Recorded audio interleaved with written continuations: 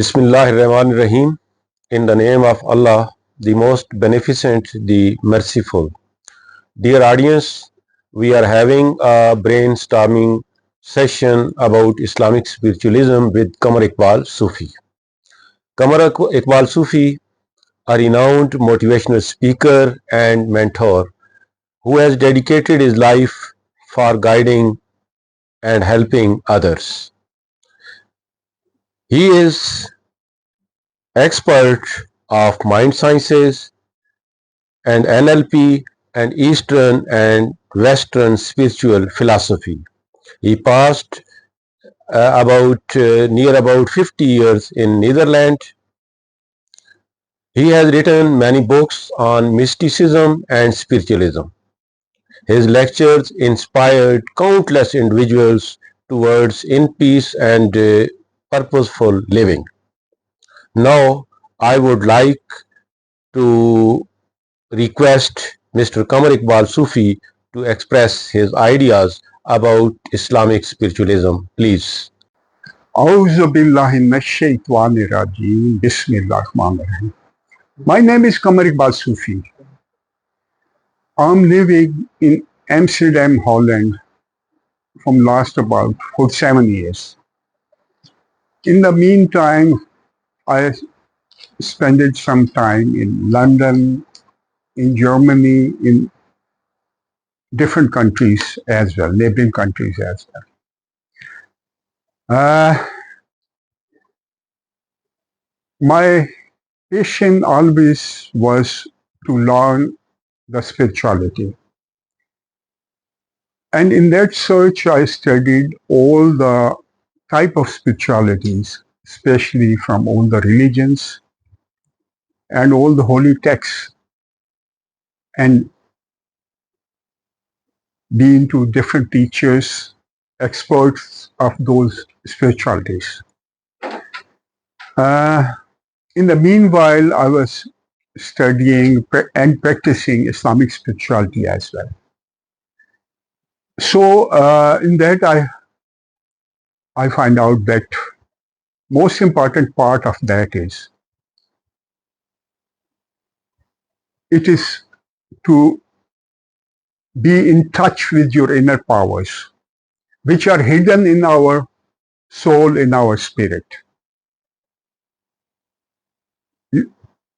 So in that search, I had hundreds of questions in my mind.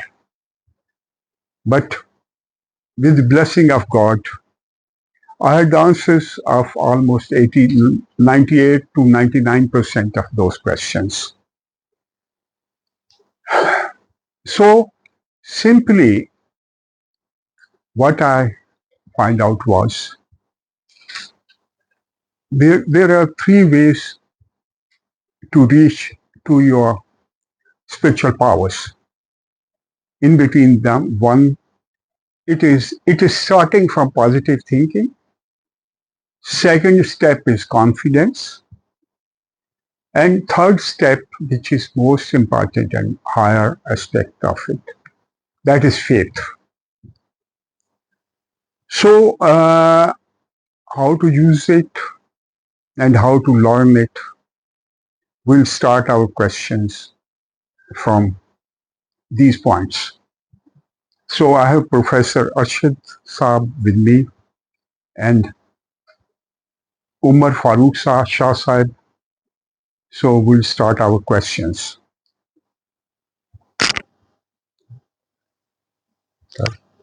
Sir, I would like to ask a question about positive thinking. How does positive thinking affect our physical and mental health? Please explain. First, it is that all the spiritualities, all the spiritual powers, and all the success in their life, it grows in positive thinking. Negative thinkings cut it from the beginning. And when you start positive thinking, all the problems, your mind collects solution only when it is in hope, when it is in positive thinking. So, For example, when I lose the hope, mind will not search the solution of problem. So all those solutions will come when you are in hope, when you are in positivity. And if you are working in it, after some time, that concept gets strong in your mind. It always gets strong in your mind that I can solve the problem. And it gets more and more strong with the passage of time. And your all the problems in the life you can solve, and you can grow higher and higher, and you make more and more success in your life. As you grow higher, your life become easy and you progress more. But on the opposite, if you are negative thinking, you start negative thinking. In a short time, you lose all your energy. For example, if I'm worried about something, thinking about it in less than a minute will lose my whole energy. I will lose all my energy because cortisol hormone will get active in my blood. And after that, I will not, uh, all my energy will vanish, and all the problems which are far away will start reaching my mind. It always happens if you are lower energy. And after a while, you start thinking, what will happen after 1 year? I have this challenge, after 3 years, this challenge. And these are all negative thinkings and worries, which bring you down, down, and down, and all your success starts stopping, and all the problem it start covering you. So this is basic, that you have to move in the positive thinking all the time, and it helps you in your mental growth, in your physical growth, and in your spiritual growth. Yes. Thank you very much. Now I would like to ask a question about self-confidence. Okay, how can a person build self-confidence? Okay. Confidence, which is the second step and very important step of in our life, because you succeed in everything if you have confidence in that direction. So confidence have two aspects. There's two kind of confidence. One is confidence on your personality, that I'm capable of facing everything in the world. And second is confidence in our profession.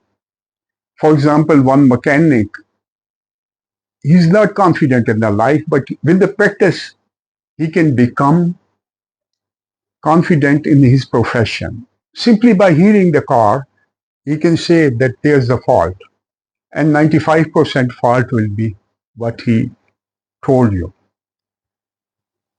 So this confidence comes with practice, but in that most important kind of confidence, what you learn by acquired knowledge or practice, that is confidence on your communication skill. And communication skill, there are some very simple principles. For example, if you are speaking to somebody, that person is very important, but you are also very important. If you will not give importance to yourself, that person will not give you importance. If you don't respect yourself, opposite side person will not respect you. And if you don't like yourself, that person will not like you as well. Even the most beautiful person or girl will start disliking his or herself. It will start losing 90% of its charisma. So these are basic principles, and after that, if you start practicing it, your mind is always dwelling in between two ideas. We all have a winner in our personality and we have a loser in our personality.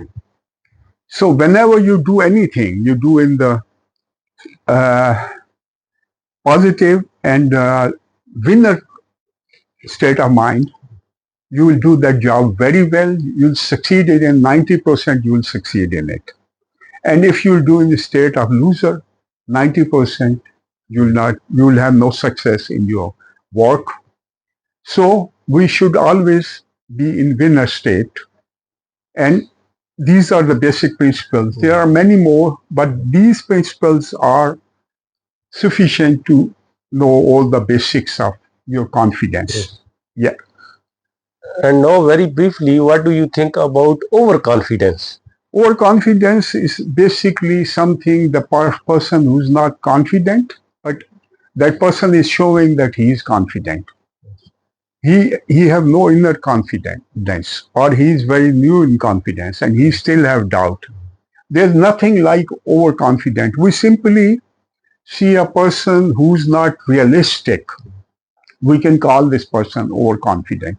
I mean, if I'm going to do a business with somebody, I should know that how much money I'm going to put in, which kind of person is this. And if I'll be positive, I may trust a wrong person. So realism say, check that person, do the paperwork that he will not cheat you in the future. So this is overconfident is not a term. It is misused in different terms and different cultures and different ways.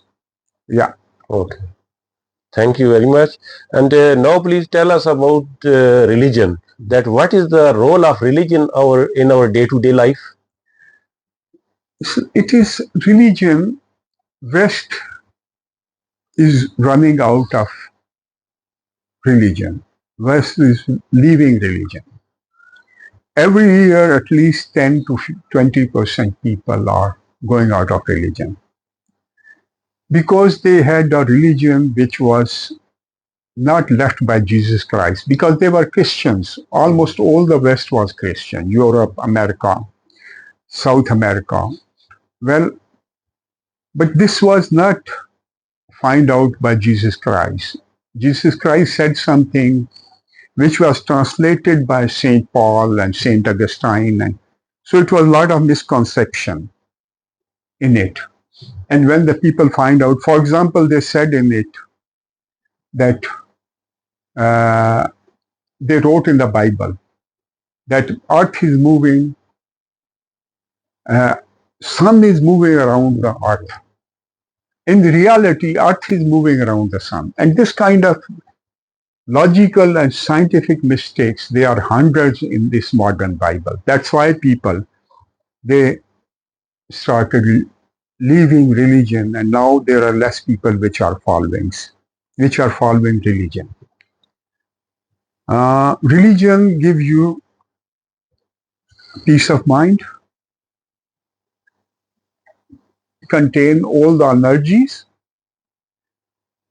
all the qualities of God, of Allah, in our soul, in our spirit.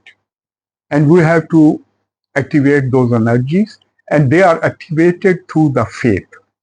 And faith is a practice, but it will have a separate day. We'll have a session on it, and we'll talk about it. But it is the most powerful practice in spirituality, especially in Islamic spirituality. Yeah. Now please tell us that how does a religion promote values such as patience, gratitude and forgiveness, etc.? Well, in the reality, if you see religion from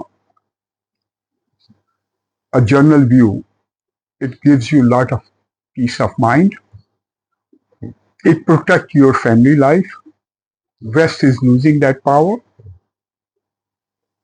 Family life is, if you have no family life and you have no people surrounding you which are deeply connected to you and which have love for you and patience for you, you'll never be happy, even you are richest man in the world.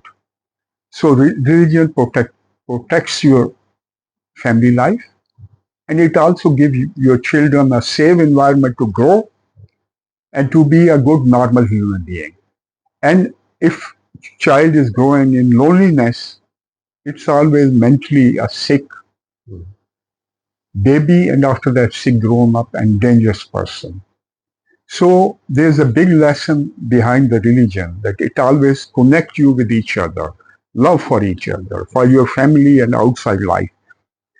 And third is it gives you fear-free life. Everybody fears the future. They fear about poverty. They fear about sickness. They fear about death. They fear about hell. They fear about life is full with fears of loneliness, of breaking our comfort zone, and so many kind of fears. Especially the fear of death is everybody is afraid of death. But when you are a religious person, you are never you have no fear of death, no fear of loneliness, because God is always with you. And there are a lot of other things which religion gives you. For example, goal in the life is very important for the people, very, very important. And goal of life and positive thinking. And one wonderful verses of Quran, which is Surah Asr, it gives you all that message. It is God taking oath of time. I'm reading only the translation. God taking oath of time that every human being is lost except them who obey to the Allah, God, and do good deeds and teach people about reality, about truth, and about right faith, positivity. This is, if you are following only those two things, we need a goal. If we have no goal, we can be lost everywhere. Addiction of death, so many kinds attract you. Gambling, a drug addiction, alcohol and drug addiction, many, many kind of other addictions, they chase you. But if you have goal in the life, they can't catch you. And after that, it gives you a direction in the life. And if you have a direction, you are always busy. You have no time for depression. You have no time for negativity. And you are giving people the love message of Almighty. Because if you see the religion is very simple. Why you are giving that message? Because religion is a beautiful something. It contains 10% of its messages. Your faith. It is faith on Almighty, faith on Day of Judgment, faith on Quran, faith on your book or whatever. But 90% of it is humanity. Be a good human being. Because if you are a good human being, only then you can be a good and happy person. If you're a good human being, after that you will be a good friend. And if you're a good friend, you will get good friends. If you're a good husband, only then you will get a good wife. If you're a good father, then you will get good son.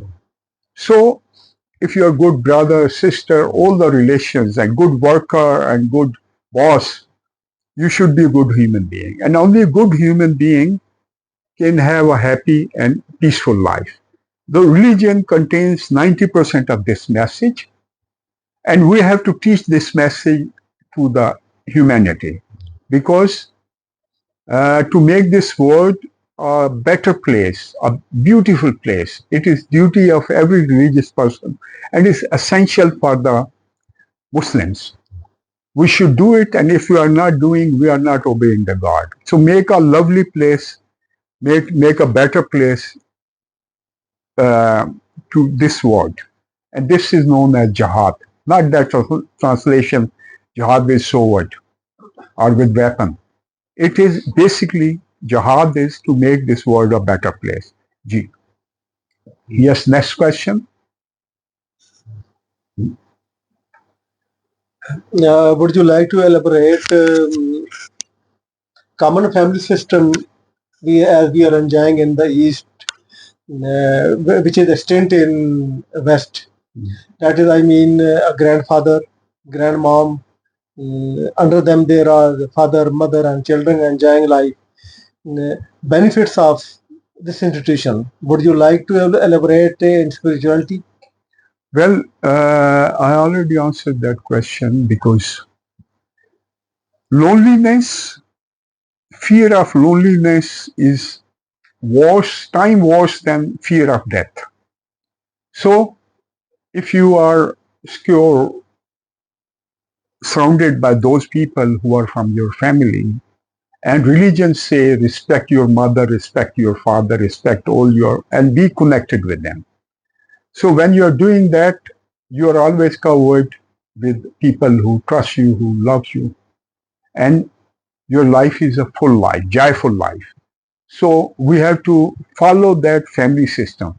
But one extreme in here, they have too much restriction. They put too much pressure on each other in Eastern culture, in Pakistan and in other countries as well. So they should not put that much pressure. And West have no pressure on, no contact with each other. So that is other extreme. So we should have a balance, and East is on the better side. We are on better side, the Muslims. In Yes. the oneness of God, belief in oneness of God, and that is in Islam it is called Tawheed. Is helpful in spirituality. It is base of Islamic spirituality because religion on the earth it came to give the two answers of very important questions. One answer is to make a perfect human being a super being, person who contains all the powers of Almighty. It's not personality. Personality is only one. You can't be two. It is Tawheed, only one God. But we have all the qualities of God in us, which are sleeping. So one duty of religion is to activate that power to make you a superhuman being. And you should be ethically, you should be in character, you should be mentally and physically a complete human being. This is one duty. And second duty of religion is to make a complete society. And this is a very strange question. A peaceful, loving society where you basic needs, you should have basic need of food, of house, of clothes. After that, you have needs to have easy life in it. You should have respect from other people, love with each other in the society. Person who should work hard should get more, and person who is lazy he should get less. After that, the powerful will not misuse the weak, which is done in all the societies and all the cultures. Religion stops it, and after that, you should collect the people, unite them in one group, and you should give them growth. This is the duty of second. So one is ideal human being, and second is ideal society. And in my study, what I find out was I studied all the religion, and in my opinion, rest all the religion are failing in the second aspects. First, they are doing very well because even Hinduism have done a great deal of job in spirituality, activating your spiritual powers. They have good job. We'll talk later comparison, but now Buddhism have done a lot of work on it as well. Christianity have done also a lot of work on it. But in ideal society, only Islam is making that. So Tawheed of Islam is joining us in one God. And one believe in one God gives you a lot of power. If you have faith on the God, you're a very strong human being.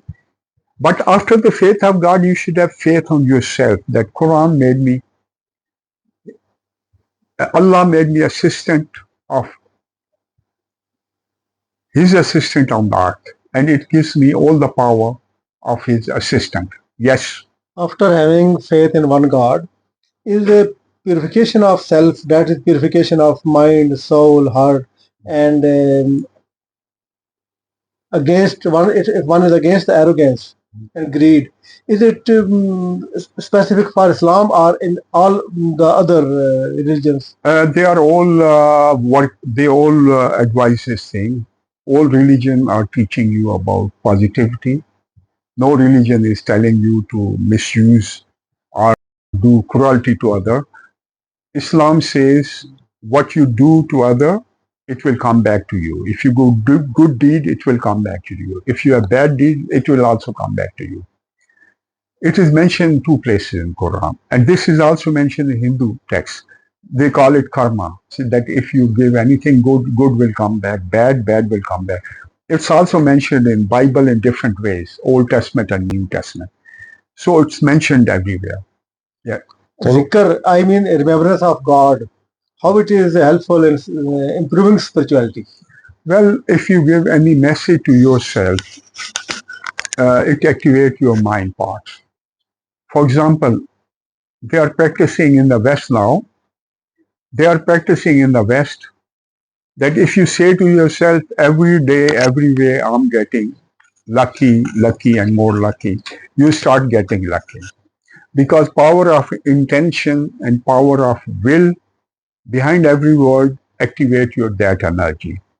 And when we are reciting a word, for example, Allah or Hindu recite Om, it activates your energy and it is giving you more power and more, and all your brain cells, different parts are connected to your different uh, parts in your mind.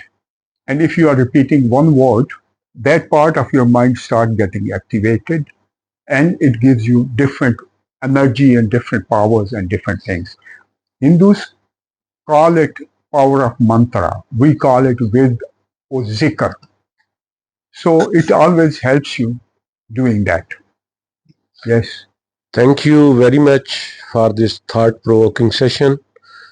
Surely we have all the remaining questions, inshallah, in the next session. Thank you very much. Allah Hafiz. Goodbye. Jazakallah khair. बंद करता ना खुदा